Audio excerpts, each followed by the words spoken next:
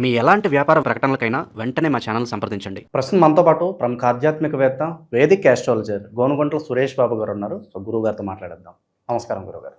ఓం గం గణపతయే నమః. స్వర్ణలక్ష్మి నమస్తే అస్తు. పరబ్రహ్మ స్వరూపిణి రాజ్యం దేహి ధనం దేహి సర్వకామాంచ దేహి మే. గురుగారు, ఉగాది రాశి ఫలితాలు శ్రీ పరాభవ నామ వృషభ రాశి వాళ్ళకి ఈ సంవత్సరం ఏ విధంగా ఉండబోతుంది? మరి ఉగాది షడ్రుచుల్లో ఏ రుచి వీళ్ళకి ఎక్కువగా తగలబోతుంది? ఎటువంటి జాగ్రత్తలు తీసుకోవాలి గురుగారు? సో మణికంఠ గారు, మీరు అడిగే క్వశ్చన్ చాలా బాగుందండి. ఉగాది పచ్చడితో స్టార్ట్ చేశారు. ముందుగా మనం రాసులకు వెళ్ళే ముందు ఈ యొక్క సంవత్సరం యొక్క మీనింగ్ తెలుసుకుంటే మన టోటల్గా ఓవరాల్ థీమ్ మనకు తెలిసిపోతుంది. ఒక థీమ్, మన మూవీలో థీమ్ మనం చూసుకుంటాము. అదేంటి, ఫిక్షనా లేకుంటే రకరకాలు వస్తున్నాయి కదండి, లేదంటే ఓల్డ్ రాజులకు సంబంధించిన మూవీనా, లేదంటే ఫ్యామిలీ ఓరియంటెడ్ థీమ్ తెలుసుకుంటే మనకి కొంచెం గెస్ పెరుగుతుంది అనమాట. ఫస్ట్ ఈ సంవత్సరానికి యొక్క పేరు శ్రీ పరాభావనవ సంవత్సరం అని పెట్టారు. పరాభవం అంటే మనందరికీ తెలుసు, ఇది కొంచెం పాత మాట. ఇప్పుడున్న వాడికి లాంగ్వేజ్లో చూసుకుంటే అపజయము, అవమానము, అధికార నాశనం అనుకోవాలి, అధికార పతనం, అహంకారం అని చెప్తూ ఉంటారు. మీనింగ్ అంటే పరా అంటే దూరంగా ఉండటం, అభావం, భావం అంటే ఇన్సెక్యూర్గా ఫీల్ అయిపోవటం. అంటే ఈ సంవత్సరం అంతా జనాలు ఎలా ఉండాలంటే మనకి ఇన్ఫీరియారిటీ కాంప్లెక్స్కి దూరంగా ఉండాలి, అభావానికి దూరంగా ఉండాలి, పిరికితనానికి దూరంగా ఉండాలి అని మనకు చెప్తూ ఉంటారు. మనం ఎప్పుడు అభావంగా ఫీల్ అవుతాము, ఎప్పుడు ఇన్సెక్యూర్గా ఫీల్ అవుతాం, ఎప్పుడైతే మనం గిల్టీ పనులు చేస్తూ ఉంటామో, ధర్మానికి వ్యతిరేకంగా వెళ్తూ ఉంటామో, అప్పుడు మనకు తెలవకుండానే మనకి ఇన్ఫీరియారిటీ పెరుగుతూ ఉంటుంది.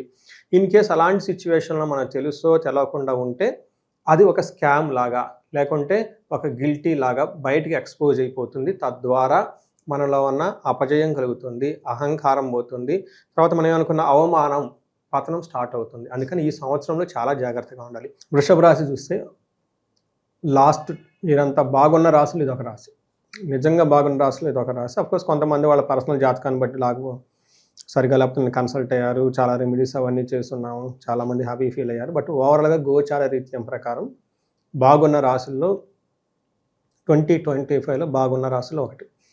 ఇది కంటిన్యూ అవుతుంది నెలకొంగో 6 months. అంటే ఆల్మోస్ట్ మనకు గోదావరి పుష్కరాలు వచ్చే వరకు ఈ వృషభ రాశిన వాళ్ళని కొట్టేవాళ్ళు లేరు, వీళ్ళకు తిరుగులేదు, పట్టుకుంది బంగారమే. నా క్లయింట్స్ చాలామందికి పెళ్ళైన వాళ్ళు ఉన్నారు, అమెరికా వెళ్ళిన వాళ్ళు ఉన్నారు, యూఎస్లో ఈ ట్రంప్ గొడవకి చాలామంది జాబులు పోయిన వాళ్ళు ఉన్నారు. కానీ వృషభ రాశిన వాళ్ళు జాబ్ పోయిందని చెప్పిన వాళ్ళు ఎవరు లేరు. అది ఇబ్బందులు పడుతున్నాం అని చెప్పిన వాళ్ళు ఉన్నారు. కానీ అదే బెస్ట్ టైం అయితే వీళ్ళు ఖచ్చితంగా నడుస్తూ ఉంది. ఇది వీళ్ళకి ఇంకా వచ్చే 6 months ఖచ్చితంగా గోదావరి పుష్కరాల వాళ్ళకి వీళ్ళకి చాలా బాగుంటుంది. ఇంకా ఏదైనా కనుక కొంచెం ఇబ్బంది ఉంటే ప్రొఫెషనల్ మ్యాటర్స్లో కొంచెం వీళ్ళకి ఇబ్బందులు పెట్టే విధంగా ఉంటుంది, అధికంగా ఖర్చులు ఉంటాయి. ఇది తప్ప మిగతా అన్ని విషయాల్లో చాలా బాగుంది. అయిపోయింది. నెక్స్ట్ మన డీటెయిల్స్ చూసుకుంటే ఆదాయం 5, వ్యయం 14. అంటే ఆదాయం అయితే ఏం తగ్గదు, అంతకుముందు వచ్చిన ఆదాయమే వస్తుంది. కానీ వీళ్ళకి ఎక్స్ట్రా కమిట్మెంట్లు ఉంటాయి. అంటే ఏదో ఒకటి చేయాలి కదా, అది కూడా పుష్కరాల తర్వాత కొంచెం ఎక్స్ట్రా ఖర్చులు పెట్టే అవకాశం ఎక్కువగా ఉంటుంది. రాజ్యపూజ్యం 5, అవమానం 4. వీళ్ళని ఎవరిని అవమానించే వాళ్ళు ఎవరు ఉండరు, ఎక్కువగా పొగిడే వాళ్ళే ఉంటారు. ఆదాయం అంతే ఉంటుంది, ఖర్చులు మాత్రం పెరుగుతాయి అన్నది మాత్రం ఇక్కడ పర్టికులర్గా మనకు చూపించవచ్చు. ఖర్చులు పెరిగేటంటే అంటే వ్యయం పెరుగుతుంది. ఇది కూడా ఏం అంటే శుభకార్యాల గురించి వ్యయం పెరుగుతుంది. ఇప్పుడు అప్పటిదాకా బాగుంటారు, ఒక కోర్సు చేయాలనిపిస్తుంది, అది ఖర్చు, దానికి ఖర్చు అనకూడదు. ఓకే, దానికి ఫ్యూచర్లో ఎక్కడో రిటర్న్ వస్తుంది అనమాట. ఇలా ఇన్వెస్ట్మెంట్స్ ఇవన్నీ చేయటం ద్వారా అంటే ఎక్స్ట్రా వీళ్ళు ఏం చేస్తారంటే అండి, ఇప్పటిదాకా ఉన్న డబ్బు దాచుకున్న దాన్ని ఖర్చు పెట్టాలని ట్రై చేస్తూ ఉంటారు. అందుకని వీళ్ళకి కొంచెం వివేక వైరాగ్యం అంటారు. ఈ థీమ్ వీళ్ళకి ఏంటంటే కొంచెం ఇంటెలిజెన్స్గా ఉండాలి. ఎప్పుడైతే మనకు ఖర్చు వస్తుందో అది దుబారా ఖర్చా, అవసరమైన ఖర్చు ఆలోచించుకొని నిజంగా అవసరం ఉంది అనుకుంటే మాత్రం ఇచ్చేయాలి. ఇది ఒక్కటే వీళ్ళకి. రెండోది, అనవసరమైన వాటిని ఎప్పుడు తీసేసుకుంటూ ఉండాలి లైఫ్లో. కొన్ని ఉంటాయి, దానివల్ల మనకు రిటర్న్ ఉండదు, లాభం ఉండదు, ఉండదు, బర్డెను, కానీ డబ్బులు పే చేసుకుంటూ ఉంటాం. అన్వాంటెడ్ సబ్స్క్రిప్షన్స్, ఈ మంత్లీ రెన్యువల్స్, అనవసరమైన ఫ్రెండ్లు, పార్టీలు, ఫంక్షన్లు అన్నీ కట్ చేసుకుంటూ ఉంటే వివేక వైరాగ్యం, అనవసరమైన తీసేసుకోవటం, ఇది అవసరమా అనేది ఈ చిన్న థీమ్ వీళ్ళు పెట్టుకుంటే ఈ శ్రీ పరాభావ నవ సంవత్సరంలో ఆ హోల్ ఇయర్ థీమ్లో వీళ్ళు సక్సెస్ఫుల్గా ఉంటారు. వీళ్ళని మనకేమంటారు, వీళ్ళని అడ్డు పెట్టే వాళ్ళైతే ఎవరు లేరు, ఎగిరిపోతూ ఉంటారు గాల్లో. ఈ వృషభ రాశి వాళ్ళకి 12వ స్థానంలో శని ఉండటం వల్ల వచ్చే 2 సంవత్సరాలు, 1.5 సంవత్సరాలకి ఎదురులేదు, అన్ని తిరిగి వచ్చేస్తాయి. గురువు 2వ స్థానంలో జూన్ వరకు ఉండేసి అద్భుతంగా ఉన్నారు. రాహుకేతువులు కొంచెం పాక్షికంగా మనస్పర్ధలు తీసుకొస్తారు తప్ప వేరే ఇబ్బంది పెట్టేదైతే ఏ విధంగా ఉండదు. చూసుకున్నారు కదండి. ఇప్పుడు ఈ ప్రకారం చూస్తే మనకేం చెప్తారంటే ధనలాభం, విత్త సమృద్ధి అంటే ధనం వృద్ధి చెందుతూ ఉంటుంది. వైరం గొడవలు వస్తూ ఉంటాయి. ఈ వైరం వచ్చేది కూడా రాహుకేతువుల వల్ల ఎక్కువ వస్తూ ఉంటాయి. వాటికి సంబంధించిన పూజలు అవన్నీ చేసుకుంటే చాలా బాగుంటుంది. మనం డీటెయిల్స్ చూసుకుంటే శని 11వ స్థానంలో ఉంటే ఏమవుతుంది? శని 11వ స్థానంలో ఉంటే ఆరోగ్యం బాగుంటుంది, ఐశ్వర్యం బాగుంటుంది, స్త్రీ పుత్ర సుఖవర్ధనం. స్త్రీల విషయంలో కానివ్వండి, పుత్రుల విషయంలోనే సుఖంగా ఉంటారు. చిత్తశుద్ధి మెయిన్ ఏంటంటే చిత్తశుద్ధి. ఎప్పుడైతే చిత్తశుద్ధితో మనం ఏదైనా కనుక పని చేస్తామో అది అమృతం అవుతుంది. మనకి పద్యం కూడా ఉంది, చిత్తశుద్ధి కలిగి చేసిన పుణ్యము కొంచెమైన అనుకూలము కాదని చెప్పేసి. చిత్తశుద్ధితో చిన్న పని చేసిన మంచి ఇంటెన్షన్తో అది ఫ్యూచర్లో ఎప్పుడో వస్తుంది. గంగి గోగు పాలు గరిటెడేమని మనకి కడమడేమని కర్మ పాలు అన్నట్లు గాడిద పాలు ఎన్నున్నా ఉపయోగపడతాడు. గోవు పాలు చిన్నగా కానీ చిన్నపిల్లడికి పోస్తే ఆ చిన్న స్పూన్తో వెతుకుతాడనమాట. అలానే ఈ రాశి వాళ్ళకి చిత్తశుద్ధి బాగుంటుంది. ఎప్పుడైతే చిత్తశుద్ధి మన దగ్గర బాగుంటుందో everything is good. Everything is nothing but decision making. Mind కదా, అందుకని ఈ రాశి వాళ్ళకి యాజ్ లాంగ్ యాజ్ ఇంట్యూషన్ స్ట్రాంగ్గా ఉండే టైం కాబట్టి శని వల్ల అద్భుతంగా అన్నీ బాగుంటుంది. ఎక్కడ ఎలాంటి ప్రాబ్లం అయితే ఏముండదు. గురువు వీళ్ళకి 2వ స్థానంలో ఉండటంతో చాలా చాలా విశేషంగా ఉంటుంది. ధర్మ వ్యయం, మనస్సౌఖ్యం, చక్కగా అంటే పెళ్ళిళ్ళు చేయటం, ఫారిన్కి వెళ్ళటం, హైయర్ ఎడ్యుకేషన్ చేయటం, ఇలాంటి విషయాల గురించి ఎక్కువగా డబ్బులు ఖర్చు పెడుతూ ఉంటారు. సౌఖ్యం, యశో వృద్ధి, కీర్తి ప్రతిష్టలు చాలా బాగుంటుంది. లాంగివిటీ బాగుంటుంది. ఇవన్నీ మనకి గురువు వాళ్ళు. అయితే కొంతమందికి లాస్ట్ ఇయర్ నాకు కంప్లైంట్ చేసిందంటే జాబులో ఇబ్బందులు పడుతున్నామని. అది ఇండివిజువల్ జాతకం చూస్తే ఎంత అవుతుంది అనేది మనం చూడవచ్చు పర్సంటేజ్. కానీ అయితే ఓవరాల్గా చూసుకుంటే వీళ్ళకి బాగుందని మనం చెప్పుకోవచ్చు. అయితే పుష్కరాల తర్వాత మనకి ఏమవుతుందంటేనండి, మనకి జూన్ మంత్లో 2nd తర్వాత గురువు మారటంతో చాలా విషయాల్లో బాగుంటుంది. ధనం ప్రవాహం ఉంటుంది. పవిత్రమైన తీర్థయాత్రలతో పుణ్యక్షేత్రాలు అన్నీ తిరుగుతూ ఉంటారు.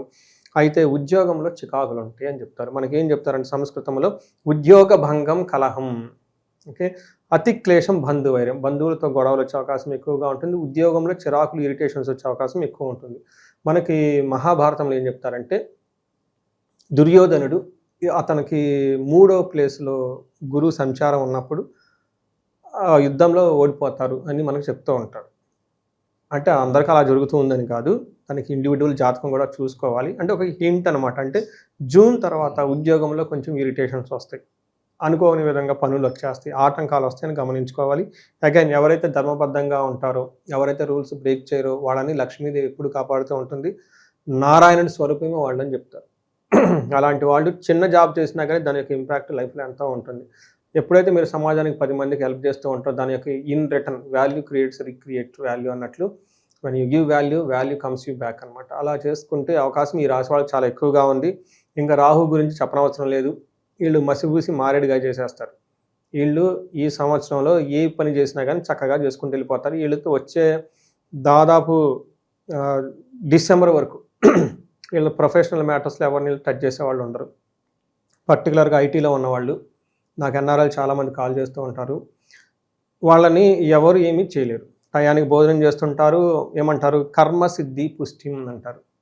కర్మని చాలా పనిని జాగ్రత్తగా చేసుకుంటారు, పుష్టివంతంగా ఉంటారు, సదా ఆనందం. అంటే ఇప్పుడు ఖుషీగా ఉండే రాసుల్లో ఇది ఒక రాశి. సో ఇది ఓవరాల్గా మనం చూసుకుంటే బాగుందని చెప్పుకోవాలి. ఈ సంవత్సరం ప్రత్యేకంగా ఈ నక్షత్రాల వాళ్ళకి ఎలా ఉండబోతుంది? ఈ రాశిలో ఉన్న నక్షత్రాల వాళ్ళకు ఇందులో 3 నక్షత్రాలు కృతిక, రోహిణి, మృగశిర నక్షత్రాలు మనకి ఇందులో ఉంటాయండి. ఇందులో రోహిణి నక్షత్రం కృతిక చూసుకుంటే సంపదలు, ఐశ్వర్యం, సంతోషం, ధనప్రాప్తి. చూడండి ఎన్ని పాజిటివ్ వర్బ్స్ ఉన్నాయో. సంతోషం, సంపదలు, ఐశ్వర్యము, ధనప్రాప్తి, సర్వజన పూజ్యం, అందరి నుంచి గౌరవింపబడతారు.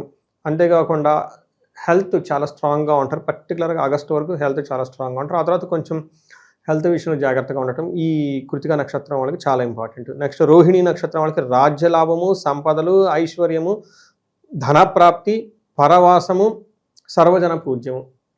కొంచెం హెల్త్ కాంప్లికేషన్స్ మాత్రం జాగ్రత్తగా ఉండాలి ఈ నక్షత్రం వాళ్ళు. రోహిణి నక్షత్రం వాళ్ళు కొంచెం గుర్తుపెట్టుకోండి. మానసిక ఆందోళనలు ఎక్కువగా ఉంటాయి. నాకు రీసెంట్గా కూడా కొంతమంది ఫోన్ చేస్తున్నారు. అఫ్కోర్స్ మనం హోల్ ఇయర్ చెప్పుకుంటున్నాం కాబట్టి ఉగాదిగా ముందు నుంచే కొంచెం వాళ్ళకి ఈ శని కానివ్వండి, ఈ గురువు ఇవి ఎప్పటి నుంచి ఆల్రెడీ ఉన్నాయి కాబట్టి. అంటే ఏమన్నా పరిస్థితుల వల్ల ఆ డిప్రెషన్ ఎక్కువగా ఆలోచించడం జరుగుతుంది అంటారు, లేదా ఏమి లేకుండానే వీళ్ళు ఎక్కువగా ఆలోచించి గ్రహరీత్యా కారణాలు అనుకోవచ్చు అంటారు? ఎప్పుడు ఫస్ట్ గ్రహాలను అనుగుణంగానే మన పరిస్థితులు చూసుకోవాలి. ఎందుకంటే నేను ఆస్ట్రాలజర్ని, న్యూస్ రీడర్ని కాదు, న్యూస్ చదివేసి చదవడం కడవటానికి. I should always go with the what planets is. ఏమవుతుందంటే వాళ్ళకి ఓవర్ అంబిషన్స్ ఉంటాయి. ఓవర్ కమిట్మెంట్స్ ఉంటాయి గురువు వల్ల. దానితో వీళ్ళకి ఏమవుతుందంటే ఆ ఓవర్ అంబిషన్స్కి యాక్చువల్గా బాగుంటుంది, బట్ ఎప్పుడైతే మనకి ఓవర్ అంబిషన్స్ ఉంటుందో అది చేయగలుగుతానా లేదా ఏంటి? అది ప్రాబ్లం, యాక్చువల్ ప్రాబ్లం. నేను అదే ఇద్దరు ముగ్గురికి చెప్పాను, వాళ్ళ ఏజ్ 30 or 35, వాళ్ళకున్న ఓవర్ అంబిషన్స్ 45-50 వాళ్ళకి కావాలి. మేము ఇప్పుడే రిటైర్డ్ అయిపోవాలి, ఒక ఇల్లు ఉండాలి, ఒక బంగ్లా ఉండాలి, కార్లు తీసుకోవాలి, ఫ్యూచర్ అంత ఆలోచించేస్తారు. Just know you got job. అత్యాశ ఎక్కువ అనుకోవచ్చా, గ్రీడీ అనుకోవచ్చా? Wife, enjoy life. ఎందుకు టూ బిగ్ ప్లాన్స్? ఈలోపు ఇక్కడ ఇన్వెస్ట్మెంట్ చేసి ఇక్కడ ఇది కొని ఇండియా నుంచి వాళ్ళకి మళ్ళీ సజెషన్స్ ఇచ్చేవాళ్ళు ఉంటారు, వాళ్ళు కూడా మంచి మంచి సజెషన్స్ ఇస్తారు. వాళ్ళు ఏదో గొప్ప సంపాదించి ఫస్ట్ ఎంజాయ్ దట్ లైఫ్ కదా, ఫ్యూచర్ గురించి చేసుకుంటా ఇలా ఎక్కువగా వచ్చేవాళ్ళు ఉంటారు. హైలీ ఓవర్ అంబిషియస్ పీపుల్స్ వృషభ రాశి వాళ్ళు చాలామంది తగిలారు. నేనంటే అది ఏంది ప్రాబ్లం ఏముంది? భార్య, పిల్లలు, కారు నడుస్తుంది కదా, నడవనివ్వండి. దాంట్లో ఈ డబ్బు తీసుకెళ్ళిపోయి అక్కడెక్కడో పెట్టి ఏదేదో చేసేది. అందుకని వీళ్ళకి స్వతహాగా ప్యూర్ సోల్స్ చాలా బాగున్నారు, అద్భుతంగా ఉంది కాబట్టి ఎక్కడే ప్రకారం చూసుకుని వీళ్ళు చక్కగా ఉంది కాబట్టి హ్యాపీగా ఉండొచ్చు. ఇక ఈ సంవత్సరం వీళ్ళకి టర్నింగ్ పాయింట్ ఏంటి గురుగారు? టర్నింగ్ పాయింట్ అంటే ప్రొఫెషనల్ మ్యాటర్స్లో జూన్ వరకు వీళ్ళకి అదే టర్నింగ్ పాయింట్. రెండోది శని విపరీతంగా లాభిస్తూ ఉన్నాడు, రాహు లాభిస్తున్నాడు. అంటే క్రూర గ్రహాలు మాత్రం వీళ్ళకి సపోర్ట్ చేస్తున్నాయి.